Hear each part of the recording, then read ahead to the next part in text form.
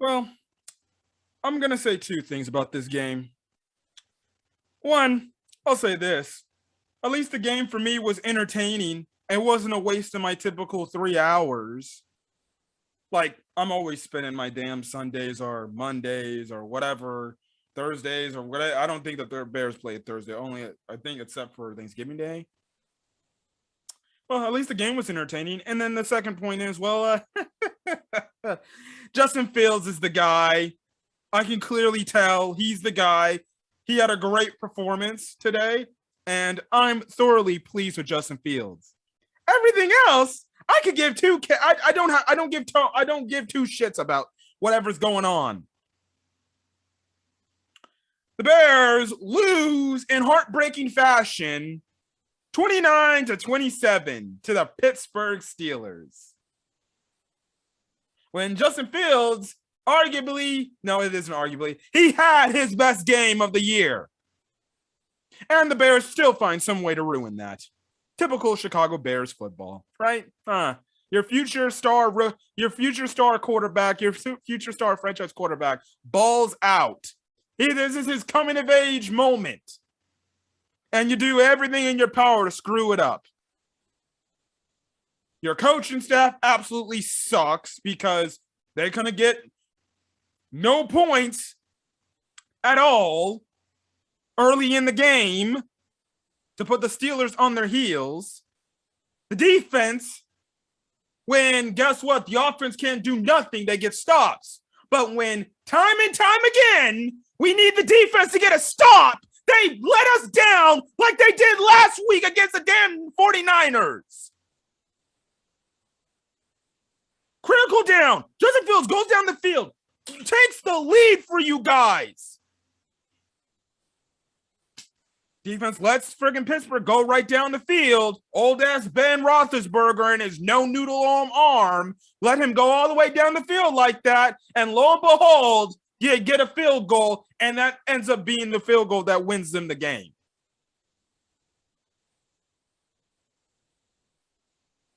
Special teams, yeah, Jakeem Grant fumble. I'm not going to blame Cairo Santos. Listen, that was an impossible field goal to make.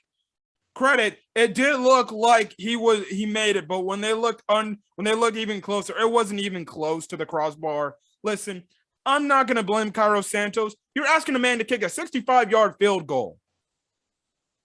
That's literally impossible. Literally impossible. Listen, as a Bears fan, the only thing you need to take away from this game, and even that goes for regular NFL fans, if you want to know more about the Chicago Bears from a loyal Chicago Bears fan, the only thing to take away from this game is Justin Fields. And that brother needs some damn help. That's what he needs. He needs help on that damn defense, and he needs help from his coaching staff. And that starts with his coaching staff and Matt Nagy getting fired. Let's get something straight, guys. They lost 4 straight games now. 4 straight. Very interesting.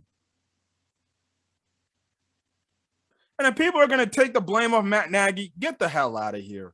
For an entire first half, the Bears couldn't move the ball whatsoever. And even some parts in that third quarter until Justin Fields finally turned it on. And he did it, and he said, he took the Thanos glove, and he said, I'm going to do it myself. And Justin Fields showed the type of quarterback he can be for this Bears team. A player that balls the hell out. This was his best game of the season. He topped his last game of the season. And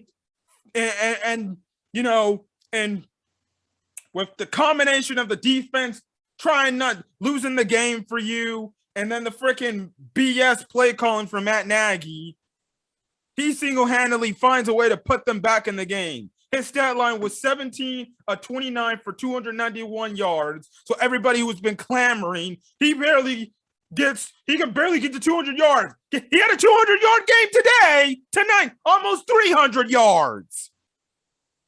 1 TD and 1 pick that I don't blame him one bit. That's a very unlucky pick. What are the chances that a damn defensive lineman goes up to block a pass and they actually maintain it and intercepts the ball?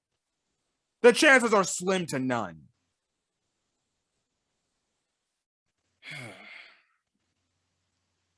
But the freaking Bears. So Justin Fields does everything with his power. He goes on a masterful drive to put the Bears up by throwing a dime of a touchdown to Darnell Mooney to take the lead. And when you need to count on the Bears defense most, the staple of the Bears is their defense.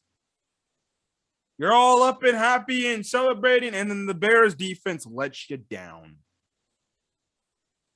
With a combination of a few penalties, courtesy of Robert Quinn being offsides, Steelers with noodle arm Big Ben Roethlisberger goes all the way down the field to have Chris Boswell kick the game-winning field goal. And you're left with 26 seconds left to go in the game. Justin Fields tries his best to get down or at least into field goal range, but listen, just not enough time.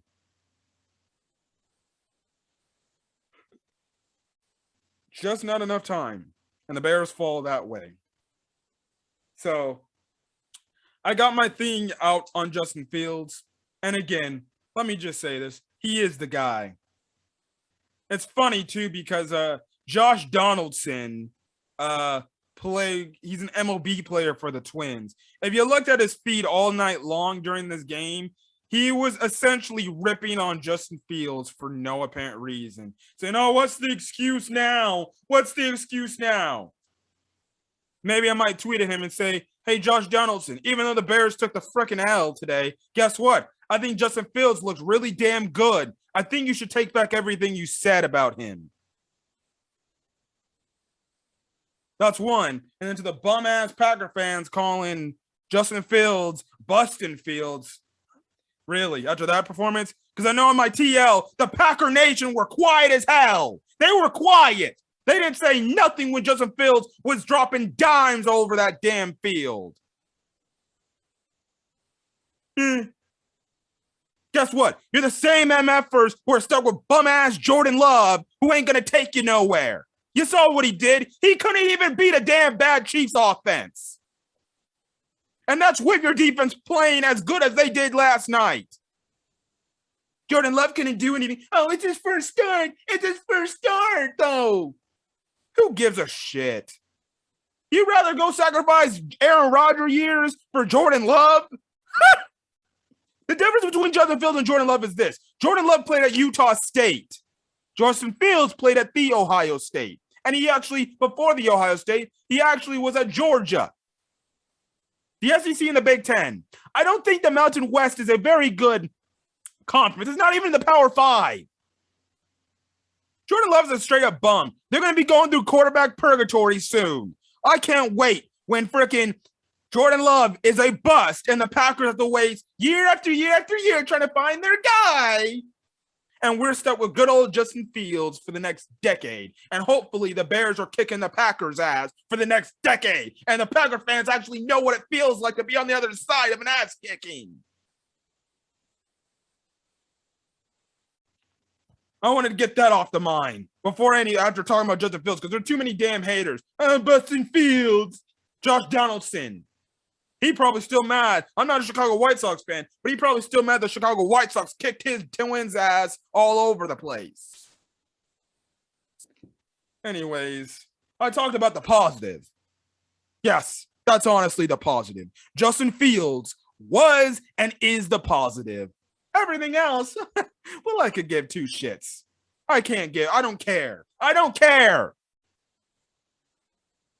So Justin Fields, he deserves an A-, A+, whatever. He passed the test. He did everything within his power to win the game. And the Bears, like the Chicago Bears do, let him down. I thought the receivers played good. You had some really great catch classes by Darnell Mooney. Allen Robinson made great catches. If anything, this was his breakout game in the season where him and Justin Fields had some sort of connection. That one pass play on third and 1, where Justin Fields literally freaking throws, an overhead pass to Allen Robinson right then and there to him, and he catches it for the first down and goes on. I was like, that was a dime all over the place. Justin Fields was throwing some great balls. He was threading the needle in there. It goes to show you that arm strength, and he can get that ball out there fast. Cole Kmet had another good, solid game today. Listen, I know there's been Bear fans in Bears Nation, saying Cole Kmet hasn't been doing anything. But listen, the last two games for Cole Kmet, good stuff. Good stuff. I've been honestly impressed with what I've been seeing, and it's what we should expect. Guess what? When your quarterback gives you your future tight end the ball, he looks better than already is. Cole Kmet made some really good catches tonight, so I'm definitely nice of him. We got a Jimmy Graham sighting. He scored a touchdown. He almost had a touchdown. That wasn't called back for a freaking flag, thanks to the offensive line. But and then he dropped a pass. That's a negative. So again, tell me, why are we paying Jimmy Graham? No, I will say this. Jimmy Graham made a freaking, great catch. He did make a great catch, but other than that, why are we using Jimmy Graham? Why? I thought the offensive line was, they played a better game than they did in San Francisco. I thought they played a better game. Larry Borom, again, rookie right tackle, continues to impress. I thought he did a really good job on TJ Watt. Other than a few sacks and then the batted down ball, honestly, TJ Watt didn't really do anything. Mostly, too, they were chipping TJ Watt, which, I wish we had seen that way back in the Browns game. But, good.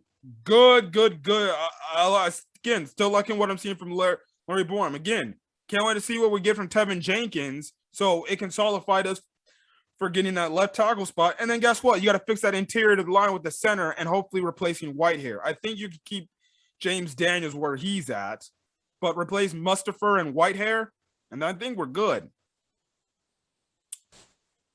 But, yes.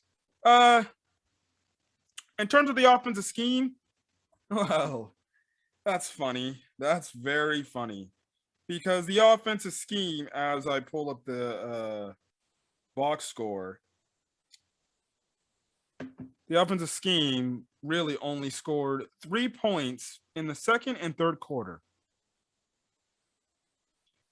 The offense really behind Justin Fields outscored the Steelers 21-9. I wonder if we had scored more touchdowns, we might have won this game. Matt Nagy comes back to the sideline after getting out from COVID. The offense can't move the ball whatsoever for literally 3 quarters. 4 quarters, that offense actually goes, and it's playing catch up from behind. Now, 1 touchdown was thanks to a special teams score, so that's good. But other than that, Matt Nagy's offense really didn't do anything. He's back on the sideline. Or actually, let me rephrase that. In the San Francisco 49ers game, the Bears were able to move the ball up and down the field countless numbers of time. And I believe from that game, they only punted twice in that game. Matt Nagy comes back on the sidelines for this game. And the Bears offense can't move the ball whatsoever. Coincidence? I think not. It's seemingly like he's holding back the offense. Fire Matt Nagy. There was still some BS play calls, some doofus crap, and his offensive scheme still sucks. One of the most atrocious things was the fact that, we end up getting out of field goal range when we had the ball like midfield, because guess what? We get all the way pushed back. Okay, we're out of field goal range. You would think maybe we just try to find like a nice little short route to get us into field goal range, maybe run a little screen or something. No, we just have all the receivers all on streaks and expect Justin Fields to complete that how? No clue. No idea. Play calling, you have to question. Again, there was no screens this game. There was no boot. Well, there was boots, but at the point there was like no boots. Matt Nagy's offensive scheme wasn't doing anything to help Justin Fields. And then when they played more to Justin Fields' strengths, lo and behold, look what happened. an explosion of offense happened. Matt Nagy still needs to be fired. We're going to the bye week. The Bears, do us a favor now and fire him in the bye week. But they're probably not, because they're going to, some stupid, dumbass McCaskies are going to see, well, oh, look at that. The Bears fought back. You know, if we just had a little bit more time, we would have won this game. If they really feel like that, they can just all kick rocks right now. Because I don't see what any indication from this game told me that we shouldn't still not fire Matt Nagy. Now, apparently there's a rumor that the Bears are doing a coaching search, because that means, it definitely means that Matt Nagy's out. Well, the only positive we can take away from this in terms of Matt Nagy's tenure being gone is the fact that the Bears lost 4 straight now. So that means in 2 losses, the next 2 losses, they'll equal last year's total of total losses in a row, which was 6. The next 2 opponents after the bye are the Baltimore Ravens, which we're going to lose that game. Lo and behold, especially if we can't stop the run. And we got the Detroit Lions, who on Thanksgiving Day, which we're probably going to win. But then again, it is in Detroit, and it would be a real bad look if the Lions are still winless and we lose that game. But I highly doubt we lose that game. But it doesn't matter. They'll just bump your record to 4-7. And you're probably going to seemingly lose out the rest of your schedule. So that's the thing. So the McCaskies want to give a BS reason of saying, oh, this is why we need to keep Matt Nagy for another week instead of just firing him right now and going to the bye week. Because literally, that was all Justin Fields. It was not Matt Nagy. But we all know in the press conference, I haven't seen it, Matt Nagy's going to take all the praise and accolation of what Justin Fields did and say, you see, I called those plays that set Justin up to help them get us back in the game and try to win us this game. It was me, because the offense goes through me. That's what Matt Nagy's going to probably say in his press conference. He's going to deflect all the praise and accolation of Justin Fields and try to make it look like it was him that did it. Bump that. It wasn't you. You didn't contribute worth a damn thing towards this offense. Justin Fields is the guy that's doing his job and trying to save your little ass from getting fired because he's looking so promising. I'm done talking about the damn offense. Let's get to this damn defense, because this is the second week in a row the damn defense gives up damn near around 30 points a game. They gave up 29, one short of last week. And just like last week, when the defense need a stop, when we need to get these stops, when the offense gets some little points, what does the defense typically do?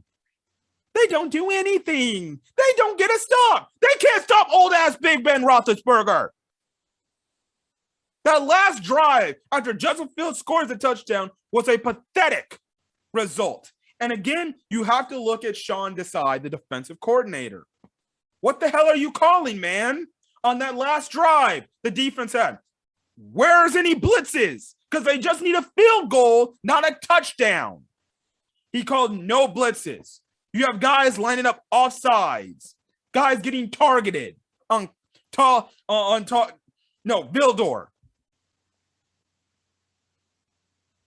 Unnecessary roughness penalties, which is a reflection of the coaching staff, mostly the head coach. Mario Edwards Jr., again, gets flagged for unnecessary roughness and roughing the passer.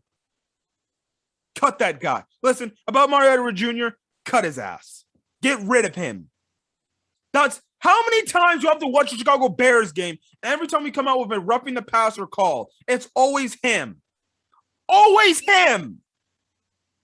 Cut him tomorrow. He shouldn't be on the team. It's constantly been a problem, and they're not disciplining him. They don't bench him. They don't cut his play. They don't do nothing because the Bears do not hold people accountable in their organization. Is Deshaun Desai going to be held accountable for what he did? That's 2 weeks in a row. His defense gave up around 30 points a game. And on the most critical drive where you need a stop to win you the game, you let the Steelers go right down the field and score. That's why he needs to go just as bad as Matt Nagy needs to go. Because clearly he can't call a defense. Defense, and a combination of the offense getting penalties over and over and over and over again, which are drive killers. Robert Quinn, you're too experienced to line up on the offside of the ball twice. Look at the down marker and where you're at and line up accordingly. Penalties killed us this game. Yeah, were some of those penalties ticky-tack? Yes. And the refs were terrible. They were so anti-Bears. But at the end of the day, despite the refs, the Bears, Justin Fields, did everything within his power to take the lead. And the Bears defense gave it away. Sean Desai, that's on you again. That's 2 weeks in a row. 2 weeks in a row, over 20 points you've allowed on your side of the ball. I'm going to tell you a fun fact. You're not going to win football games if your defense is not stopping opposing teams from getting over 20 points.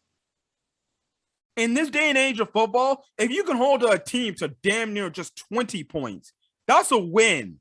You can get more points than 20. But if it's more than that, you're going to lose 90, at least a good chance of the time. And this is what sucks. When the offense can't get nothing started and move the ball at all, the defense is getting stops, and they kept the Bears in the game. The offense finally makes a breakthrough. Touchdowns are being scored. This is the defense.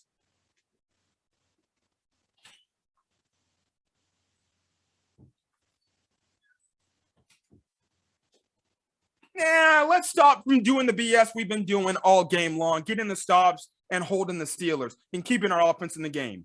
They completely bail, and they don't help out the offense. It's the same thing like I said last week. You can't get two phases of the game working in collaboration together. I can't believe I used that word collaboration. I should not use that word. Working together as being one whole unit. It's always, if the offense is going really good, the defense absolutely can't stop nobody, and it sucks. But when the offense absolutely sucks, the defense is actually getting stops. It's never a mesh. It's never working together. Where offense gets a score, then the defense gets a stop. Offense gets a score, defense gets a stop. It's never working hand in hand. It's always one's hot, other's cold. One's hot, other's cold. One can get stops, can't score. One scoring, can't get stops. And that's the phrase of this game. The Bears had too many damn missed opportunities in this game. They should have won this game. They should have won this game. Whether it's the last defensive drive where they needed to get a stop, or if it's even the offense just scoring points early on in the game. The Bears lost this game. Plain and simple. They lost this game. And that's on them. So they're going to have to go throughout the bye week and find out the whys to why they lost to the Steelers this week. And now he's going to say, see, we're close, guys. We're close. We're getting there. But he can only run with so many damn excuses left to do. There's only so many more excuses before it just comes to the whole thing where, guess what? The Matt Cassie's going to just have to say, dude, you're not winning ball games. And that's what Matt Nagy's not doing. He's not winning ball games. The Bears are 3-6 on a 4-game losing streak. They're going into the bye. Now, you're playing the Ravens. I know the Ravens are a tough team, but going into a much-needed rest bye, Khalil Mack should be ready to go. Eddie Jackson should be ready to go. Alec Ogletree should be ready to go. You would think, okay, you get a week off to study the Ravens, and you come out of the bye and you probably beat them at home. That's not going to happen. It's not going to happen because if you know Matt Nagy teams, they're historically bad after a bye.